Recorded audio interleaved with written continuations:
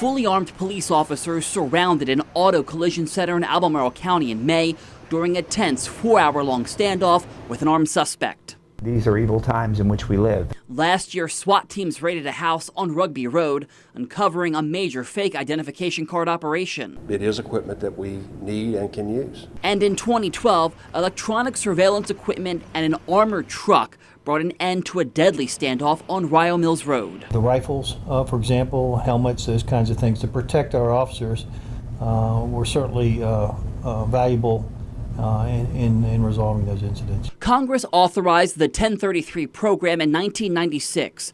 The program, now run by the Defense Logistics Agency, allows excess military property to be transferred to state and local agencies. Since then, Virginia has received $107.3 million in military equipment. That includes vehicles, weapons, and general property. This is really, I think, a really critical program for law enforcement. Albemarle has stockpiled 154 guns under the program, the most of any agency.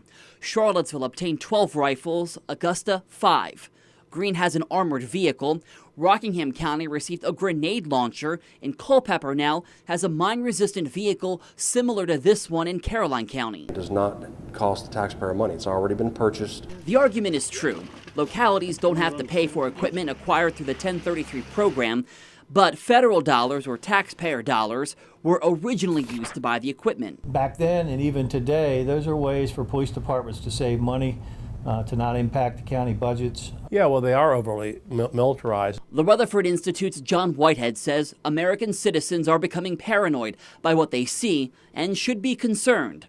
Whitehead recently wrote a book on the topic. Why would Albemarle County need 154 rifles? They don't have that many policemen.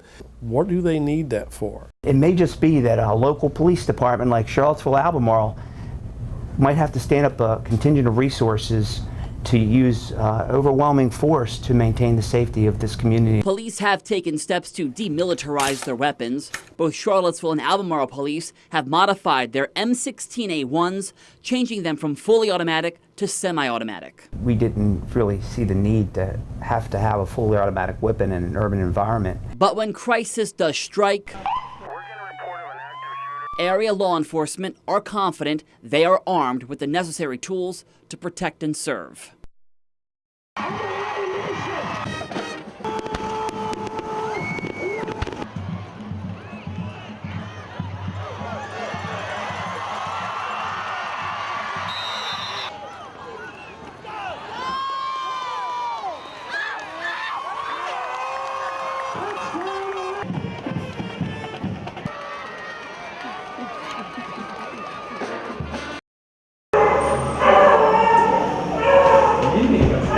These are the refugees of a puppy mill, broken, blinded, and matted.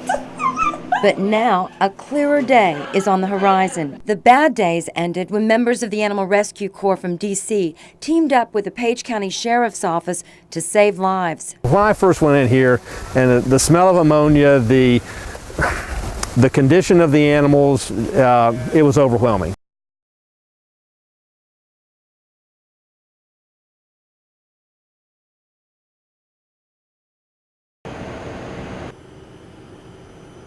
How you doing? See your license registration loading up here? Yeah.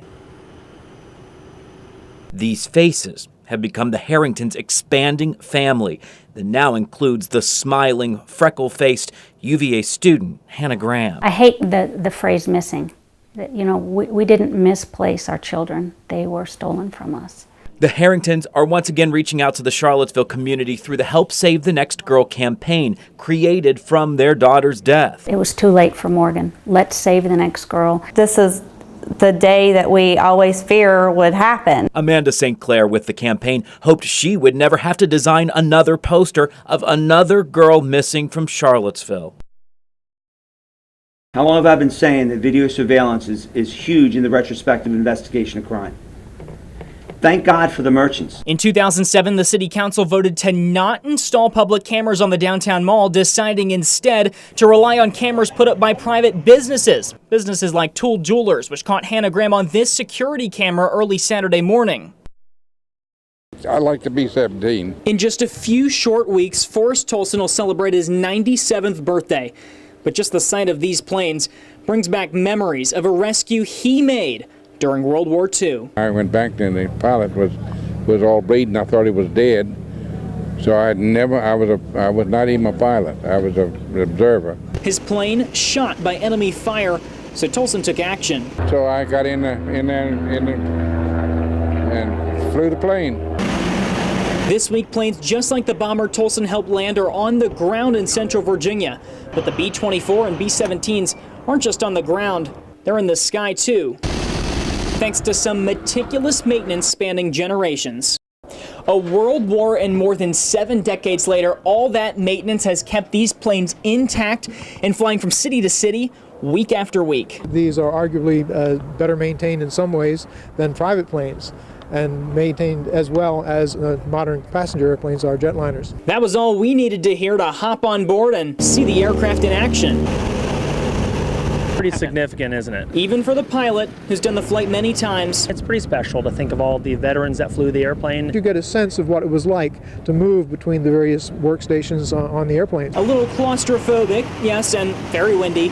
But for people on the ground, the stories come pouring out. Many of them have not seen an aircraft up close since the war. The fact that these aircraft serve as a catalyst for that sort of interaction between the veterans and anyone who happens to be standing around, I think that's a precious experience. More and more of the public is eating up this new craze. From barbecue to hot dogs, even dessert, you can find just about anything. Okay. Food trucks are a cheap way to get your meal on the run, but will it cost you more than just cash? We do have a few operators that at times have had some challenges keeping it as clean as we would hope to see them. But Environmental Health Supervisor Eric Meyer says there's a problem. We struggle to meet the inspection frequencies that we would like for those units. Negotiators convinced the man to come out around 10:20. There were no hostages. The night ended with SWAT teams conducting a final search of the building to make sure it was safe and secure. Little Maud is struggling. This kitty walks with a limp because of a broken leg that wasn't properly treated. Now, even though Maud's leg is healed up, it's still tough to find a family for her. I'll have the scoop on how you can help people with autism in our community at NBC 29 HD News at 5:30. Woolen and Ripa boarded the plane and quickly rode to their jumping altitude. Then, with several cameramen in tow,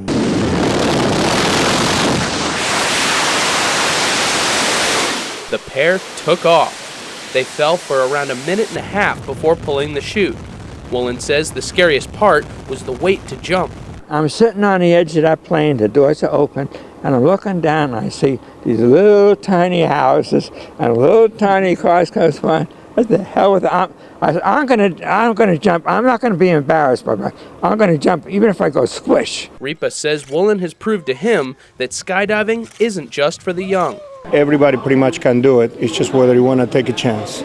And back on the ground, Woolen said he hasn't had enough. It was plenty. I'm ready to do it again.